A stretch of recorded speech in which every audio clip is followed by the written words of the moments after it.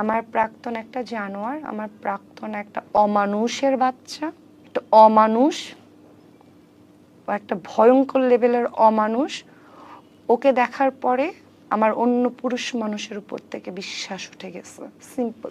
Simple as it is. আমাকে যদি বলেন প্রাক্তনকে নিয়ে কিছু বলতে, একটা অমানুষকে নিয়ে আমার কিছু বলার নেই। ও অমানুষ, মানুষের জাতের মধ্যে পড়ে না। আরেকটা বিষয় কি, একটু ছোট্ট করে বলি, এটা আমার পার্সোনাল বিষয়, শুটিং এর বাইরে সবাই অহনার একটা ইন্টারভিউ ক্লিপ কেটে দিয়ে প্রাক্তন একটা জানোয়ার, প্রাক্তন একটা জানোয়ার, প্রাক্তন একটা জানোয়ার, আমি জানোয়ারের বাচ্চা, আমার বউকেও বিয়ে করার পরে এগুলা ট্যাগ বা ইনবক্স পেতে হয়েছে। আমার জন্য খুব কষ্টদায়ক, একটা নন মিডিয়ার মেয়ে লতে পড়তেছে। এখন দেখেন ওই প্রাক্তন জানোয়ারটা আসলে আমি না ভাই। আপনি যদি পুরো ভিডিওটা দেখেন, আচ্ছা অহনা তো নামটা বলতে পারেন, ওটা মেহেদী হাসান হৃদয়, হ্যাঁ, বরবাদ সিনেমার ডিরেক্টর, ঠিক আছে? ওইটা তার সাথে তার 6 বছরের রিলেশন ছিল।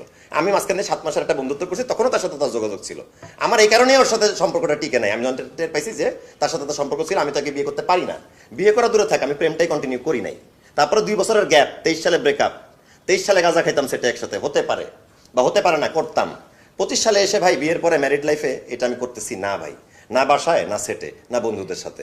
ভাই বয়স, বিয়ে করলে আপনি তো বোঝেন যে ম্যারিড লাইফের সাথে স্যুট করার জন্য তো একটা সুন্দর জীবন যাপন করার চেষ্টা করে প্রতিটা পুরুষ মহিলা, ঠিক আছে? প্রাক্তন একটা জানোয়ার, এটা আমি না। যে কমেন্টে লিখতেছেন এই প্রাক্তন, এই যে জানোয়ার, এই জানোয়ারটাই যে মানে গাঁজা খায় বা জানোয়ারটা ওকে ছেড়ে দিয়ে চলে গেছে, আমি কাউকে ছেড়ে দিয়ে চলে যাইনি। আমি ছেলে এতটাও খারাপ না।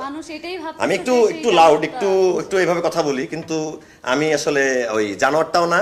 আমি কাউকে সেক্সুয়াল হ্যারাসমেন্টের, আমার 10 বছরে আমার কোনো মেয়ের সাথে, আসলে মিডিয়ার কোনো মেয়ের সাথে আমার ইটিস পিটিস নাই। আমার ওই একজনই গার্লফ্রেন্ড ছিল 23 সালের ঘটনা।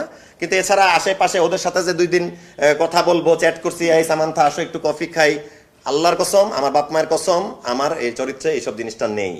মানে অন্য কিছু হলে মানতাম, কিন্তু সেক্সুয়াল হ্যারাসমেন্ট এন্ড গাঁজা খাওয়া, এটা পরে মিথ্যা কথা। হ্যাঁ, আমি তো সেটা তো ফার্স্টে বলেই নিলাম যে আমি যে 2টা সেন্টেন্স বলছি যে ভাই আমি যেটার ইংলিশে বলেছি সেটার বাংলা হচ্ছে, আমি তোমাকে চাইও না, আমি তোমার চেহারাও দেখতে চাই না, কিন্তু আমি শুধু কাজটাই করতে আসছি, কাজটা করে বাড়ি যেতে চাই। এখন ইংলিশটা যদিও না বুঝে, ওর পড়াশোনা করার কম থাকে, এটা আই এম সো সরি আপু, আই এম সো সরি। আমি ওই 2-3টা সেন্টেন্স বলার জন্য তোমার কাছে খুবই দুঃখিত। কিন্তু এই যে আমি আমার রিপ্লাইটা দিলাম, ফার্দার তুমি কি করতে চাও আমাকে জানাও। আমিও অবশ্যই, আমার ফ্যামিলি আছে, আমি আছি, আমার ফ্যামিলির সাথে ডিসকাস করবো, একটা সিকিউরিটির সাথে ডিসকাস করবো। আর আমি একটা হয়তো ক্যারেক্টার আর্টিস্ট ছিলাম, এরপরে একটু এই পর্যায়ে আসছি, হয়তো এই পর্যায়ে আরো কিছু আর্টিস্ট আছে, আমি এই পর্যায়ে আসছি।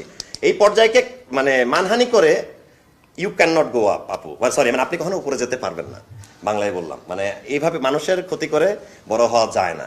আর ধর্ষণ করার মতো ছেলে আমি না। আমি পার্সোনাল লাইফে দর্শকের বিরুদ্ধে এবং তাদের বিচার চাই, এটা আমি 10 বার বলছি, মন থেকেও চাই। কোনো মানুষ ইফটিস করলে বা হ্যারাস করলে আমি পার্সোনাল লাইফে